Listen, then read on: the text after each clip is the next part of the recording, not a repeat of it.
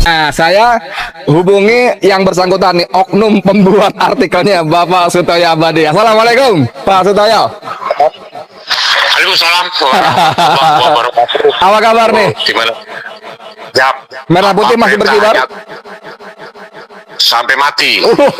Top banget, luar biasa.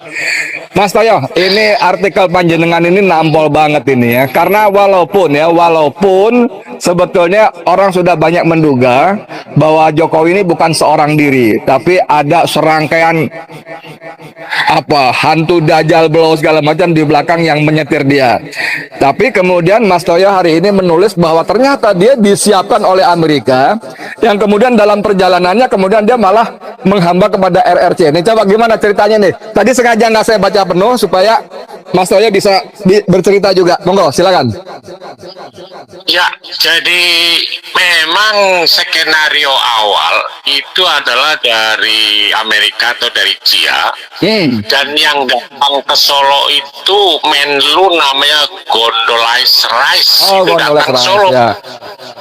Sama penggantinya Hillary Clinton itu datang Solo. Nah, dari Solo itulah mereka itu membuat rekayasa seolah-olah Abu Bakar Basir itu sebagai teroris yang terkait dengan bom 12 di Bali. Padahal nggak terkait padahal ya? Sama sekali tidak. Sama itu hanya rekayasa yang murni. Rekayasa. Nah, waktu itu sebenarnya yang diminta itu awal itu sudah ada kejadian Megawati itu, tapi Megawati menolak. Megawati itu menolak. Untuk melakukan apa, dan itu kesalip oleh yang namanya SBY itu sanggup, dan akhirnya memanfaatkan Jokowi yang ada wali kota Solo itu untuk bantu penangkapan. Cerita ini saya memiliki cukup lengkap karena faktanya saya juga terima cerita lebih detail dari almarhum Mudrik Sang itu betul gitu ya. Bla bla bla bla. Akhirnya penangkapan dari Abu Bakar Basir inilah biasa. Jadi persis sama dengan SBY, dia dijanjikan untuk menjadi presiden R1, tetapi harus melewati jadi gubernur DKI dulu. Jadi dia belum jadi gubernur DKI, sebenarnya jatah itu sudah di tangan itu. Oke. Ya. Jadi dengan posisi sebagai wali kota Solo itu, kemudian menurut Mas Toyo di artikel ini bersama CIA, LBP dan HP membuat bermacam-macam rekayasa ya. Antara lain mempopulerkan wali kota Solo sebagai wali kota terbaik dunia ya, dimuat di majalah Time segala ya.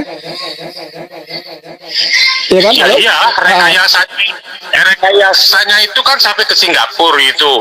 Waktu itu ya di macam-macam kita dapat info dari Pak Rizal. Betul itu, direkayasa sedemikian rupa untuk dia menjadi seorang hebat. Sebenarnya tidak hebat, itu semua bentuk rekayasa yang terus berkelanjutan menjadi sifat Jokowi, menjadi seorang pembohong dan penipu. Ngeri. Ya, bohong dan penipu. Jadi apa yang dilakukan oleh dua jenderal suruhan Amerika ini untuk memoles Jokowi, apalagi Mas Toyo? Saya kira dari cerita itulah maka kita fokus pada cerita ini soal ijazah palsu ya. Itu kan macam-macam ada yang mobil SMK itu juga direkayasa, macam-macam. Terus masuk gorong-gorong itu direkayasa.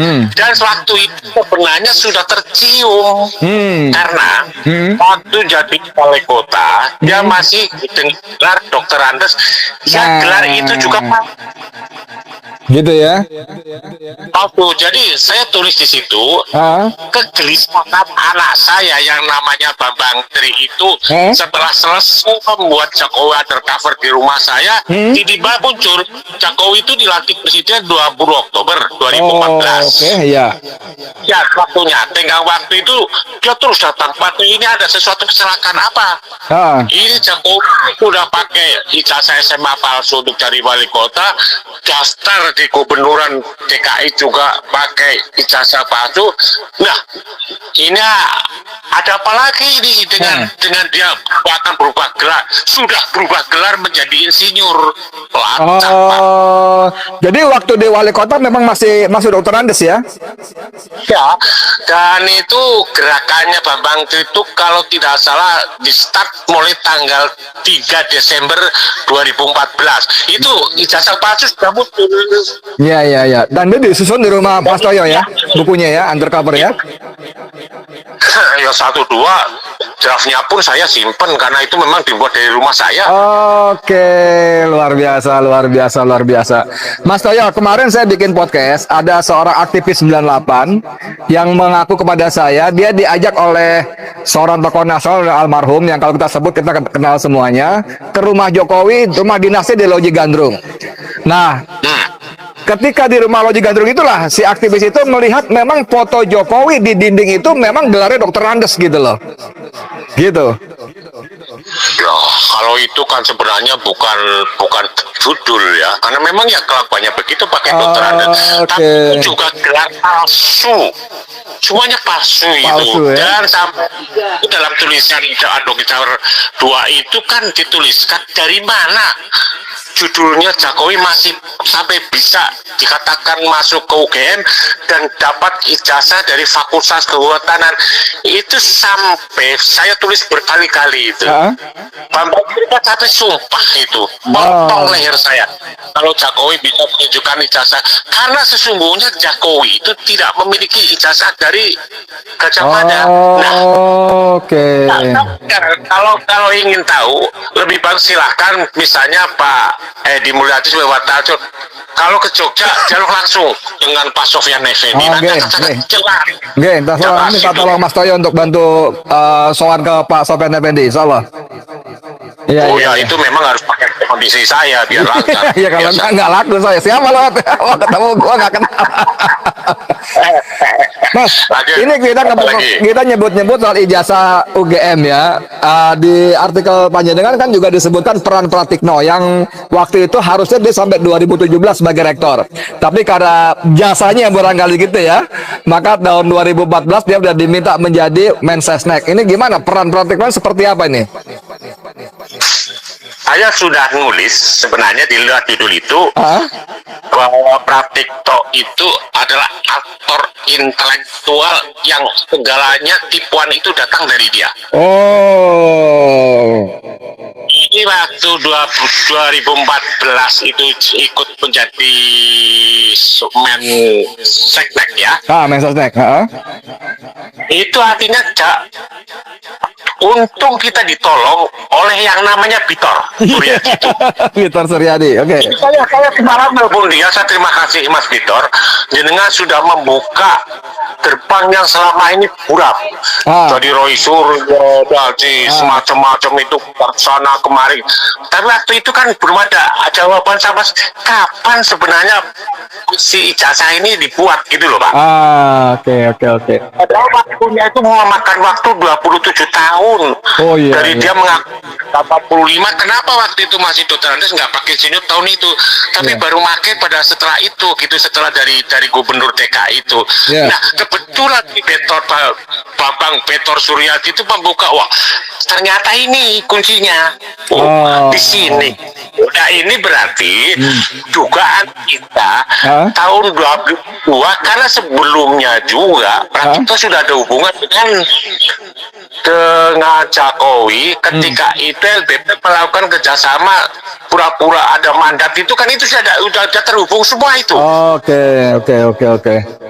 Pratikno, itu sudah terhubung dalam bentuk skenario. Saya tulis itu skenario besar itu dalam satu sistem. Kapan pembuatan data ini dimunculkan? Loh, kok di Pasar Pramuka gitu? Itu sangat logis itu. Dengan menyebut apa ini. Ya karena seperti kata Mas Toyo tadi kan UGM nggak mungkin menerbitkan lah ijazah, kan dia harus bertaruh sama nama baiknya kan. Jadilah UPP, Universitas Pasar Pramuka ya. Walaupun yang dicatat UGM gitu ya. Ada nyebut Pasar Pramuka, tapi yang jelas ternyata skenario pakai jasa orang lain. Tidak mungkin tanpa backup yang namanya Pratikno. Oke. Sampai sekarang kenapa dia bertahan diri untuk membenarkan? Karena taruhannya itu bukan hanya taruhan resiko, ini bukan hanya kepada Jokowi, kepada Pratikno. Pratikno ini. Gitu ya. Dan itu saya sudah mendengar itu dari maklumat Yogyakarta. Ya.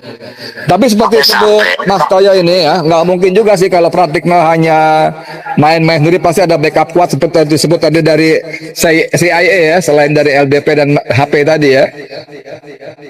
Oh ya, saya kira kelasnya Pak Pratikno waktu itu pasti kelas masih terbatas ya. Bonek hanya diperintah saja gitu untuk ini ada skenario ini, tapi skenario bukan ya antara lainnya mengaturkan dua orang itu LPP dengan Hendro itu. Begini. Maka harus diingat, sampai Jokowi jadi presiden, hadiahnya apa kepada LPP? Kan menteri segala urusan, Pak. Iya, apa aja dikasih ke dia. Hendro pun diselamatkan kehidupannya itu. Oke. Mas, sekarang kita balik ke judul saya. Ya, kali ini kan tadi kita cerita dia disiapkan oleh CIA, oleh Amerika. Dan disiapkan oleh Amerika kan. Lalu ternyata belakangan dia justru dinikmati oleh RRC ini. Gimana? Amerika marah banget dong kalau gitu dong. Itu ada politik. Jangan memisahkan antara Amerika dan RRC. Apalagi itu ada begitu gas ya? Itu kan ada istilah komentar itu, jadi artinya politik dumping. Orang mengatakan bahwa orang Amerika itu benturan dengan tidak. Itu sama-sama kepentingan untuk kapitalis. Jadi lancar-lancar saja ketika Megawati itu membawa dia ke Cina. Apa Amerika protes? Kan tidak. Karena protes itu tidak penting. Karena itu sebenarnya ada rentetan setelah undang-undang menjadi diganti 2002.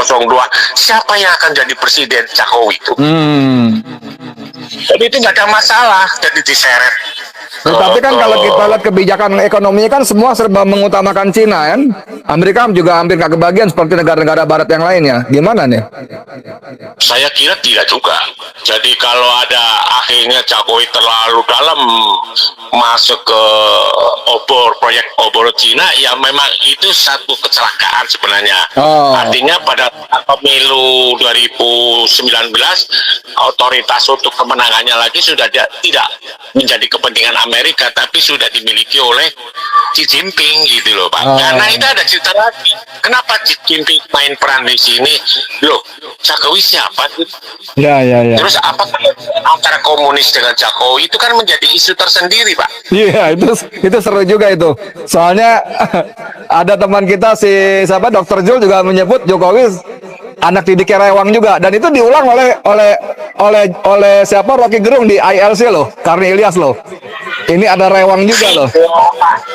Video Edi Mulyadi yang mengatakan bahwa itu anak supir Aidit, betul itu. Waduh, gitu ya.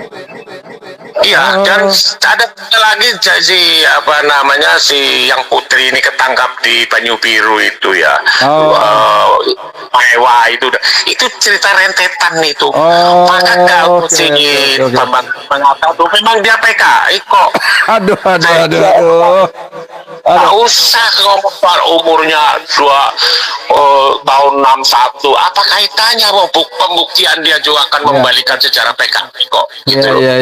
Minta maaf ya, dan seterusnya ya. Menjadi magnet sendiri untuk kepentingan Xi Jinping dengan Jokowi, Pak. Oke. Sebagai closing, Mas Toyo, apa yang mau disampaikan buat kita semua nih rakyat Indonesia? Masa disiapkan oleh Amerika, dinikmati oleh RRC, dan kita nggak dapat apa-apa, rakyat Indonesia malah dapat kerusakan dan penindasan begini, gimana nih? Begini, saya kan tak tutup tulisan saya. Jokowi sekarang ini tidak ada lagi tempat untuk bersembunyi. Jangan bersembunyi di lapangan terbuka seperti ini. Pasti jadinya palsu. Kalau sudah seperti itu, cara yang terbaik sebelum meninggalkan dunia ini minta maaf dan diakui lah. Nggak usah terlalu rumit. Seksana, karena saya sudah mengerti semua dokumen sampai perpustakaan di Yogyakarta diacak-acak oleh aparat polisian. Disita lagi malah Bareskrim. Bareskrim itu ngacak. Untuk apa gitu? Ini tidak bisa. Kenapa saya katakan nggak bisa? Sudah pernah ketemu dengan Mulyono apa belum? Kan Kak, hanya orang yang sudah ketemu. Nggak bisa fotonya Mulyono akan diganti dengan fotonya Jokowi. Nggak mungkin, itu satu. Kedua, ya. BM sudahlah. Yang sudah. Tapi ini waktu masih ada sedikit. Caranya bagaimana? Rektor Valian, tolong segera mundurkan diri. Mundur. Dan setelah mundur, dia minta maaf kepada rakyat bahwa telah melakukan kesalahan. Soal risiko hukum itu di luar tanggung jawab kita. Itu harus ditanggung masing-masing. Oke. Gitu. Oke. Jadi dia harus mendapat semua yang terlibat atau mendapatkan balasan yang setimpal ya, terutama tentu aktor utama Joko Widodo ya. Ya harus, persoalan hukum dan macam-macam itu risiko dia, tapi ukuran kalau dia akan terjadi penyakit kulit lagi nanti itu. Oke, Mas Doyo, matur nuwun sangat. Yuk. Masih ada yang mau disampaikan sebelum kita tutup? Saya kira itu saja, dan salam hormat saya kepada penggemar Bapak Edi Mulyadi. Iya. Teman-teman penonton Bang Edi Channel, tanpa salam tuh dari Sutoyo Abadi ya. Ini aktivis tua yang nggak pernah lelah ya, terus bersuara kencang. Makasih banyak Mas Doyo ya. Ya, assalamualaikum. Assalamualaikum warahmatullahi wabarakatuh. Artikel yang nampol banget ya, 20 Juni loh ini ya. Judulnya Jokowi segeralah menyerah dan UGM segera mengakui kesalahan dan kekhilafannya. Wih, seru ya. Saya bacain sedikit ya. Sejak akhir 2004, secara bersamaan SBY menjadi Presiden RI, sedang Jokowi menjadi Wali Kota Solo. Kala itu baru saja hiruk pikuk bom Bali 1 dan 2. Ini penting nih, ini pintu masuknya di sini ya. Manuver intelijen CIA menekan SBY harus tunduk kepada Amerika Serikat. Di antaranya harus mau menangkap Abu Bakar Bashir yang dianggap oleh Amerika sebagai tokoh teroris yang ditakuti oleh Amerika. SBY dengan sigap menerima permintaan tersebut demi mencapai RI 1 yang dijanjikan dukungan oleh Amerika. Dari sinilah SBY memberikan instruksi kepada Joko Widodo, Wali Kota Solo, untuk membantu CIA dalam operasi penangkapan Abu Bakar Bashir di pesantren Ruki, berada di Kabupaten Sukoharjo yang berbatasan dengan Kota Solo ya. Wali kotanya waktu itu Jokowi. Operasi intelijen CIA dimulai dan bermarkas di Kota Solo dalam rangka menyusun jebakan penangkapan Abu Bakar Bashir dengan pendampingan Wali Kota Solo. Hadiah untuk Jokowi karena bisa dipercaya sebagai boneka Amerika. Sebagai imbalannya dipromosikan sebagai presiden pengganti SBY yang harus berakhir 2014 karena udah 2 periode ya. Maka mulai saat itu AS men-setting roadmap itu peta jalan ya. Jokowi dan dari hanya sebagai Wali Kota Solo menjadi Gubernur DKI melaju menuju RI 1. Saat itu Amerika menugaskan mantan Jenderal LBP dan HP mendampingi Wali Kota Solo. LBP melalui modus pura-pura kerjasama dalam bisnis mebel keluarga Jokowi. Oke, bla bla bla bla bla, lanjutnya ya.